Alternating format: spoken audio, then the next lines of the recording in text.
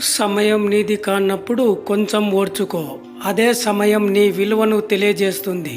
ఎంత ఓర్చుకుంటే అంత గొప్ప స్థానాన్ని చేరుకుంటావు.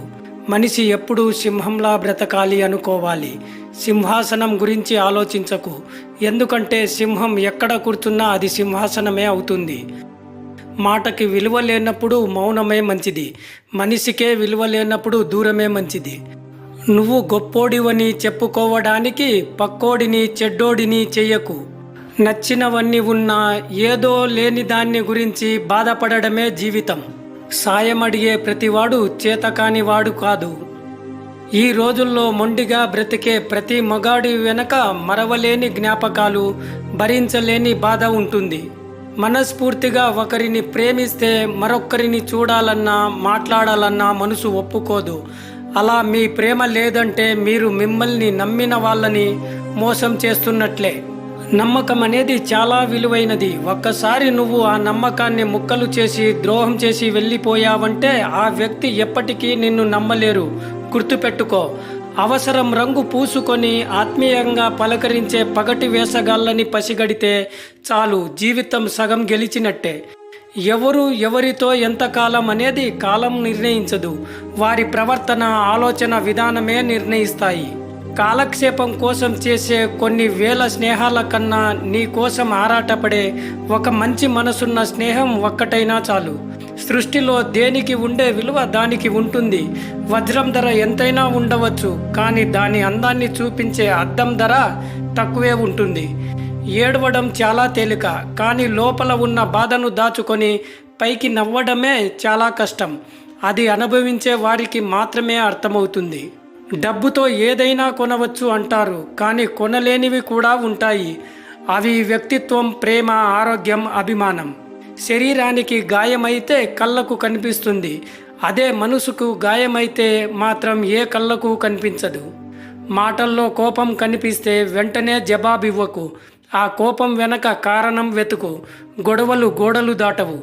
జీవితంలో అన్నిటికన్నా గొప్పది నీ వ్యక్తిత్వం. అది ఎప్పటికీ కోల్పోకు. అది కోల్పోయిన రోజు నిన్ను నువ్వే కోల్పోయినట్టు. అన్నిటికీ సహనమే మూలం. గుడ్డును పొదికినప్పుడే కోడిపిల్ల వస్తుంది, కానీ పగలగొడితే కాదు. వ్యక్తిత్వంగా ఎన్ని కష్టాల్లో ఉన్నా సరే పక్కవారికి సాయం చేసేందుకు సమయం కేటాయించిన వారే నిజమైన శక్తివంతులు. ఉన్నది ఉన్నట్టుగా చెప్పే వాళ్లను దూరం చేసుకుంటాం. లేనిది ఉన్నట్టుగా చెప్పే వాళ్లను తేలికగా నమ్మేస్తాం. మనం నిజం తెలుసుకునే లోపు నిజాయితీగా ప్రేమించిన వాళ్లను కోల్పోతాం. ఇదే జీవితం. జీవితం అంటే దేనినైనా ఎప్పుడు పట్టుకోవాలో, ఎప్పుడు వదిలేయాలో తెలుసుకోవడం. జీవితంలో ఏం జరిగింది అనేది ముఖ్యం కాదు. జరిగిన దానికి నువ్వు ఎలా స్పందించావు, ఎలా ఎదుర్కొంటున్నావు అన్నదే ముఖ్యం. గెలిచిన తర్వాత గుర్తించేది సమాజం, గెలుస్తావని గుర్తించేది కుటుంబం, గెలవగలవనే నమ్మకాన్నిచ్చేది స్నేహం. అన్నీ ఉన్నాయి అని గర్వంతో రెచ్చిపోకు. ఆ గర్వమే రేపు నిన్ను మోసే నలుగురిని కూడా దూరం చేస్తుంది.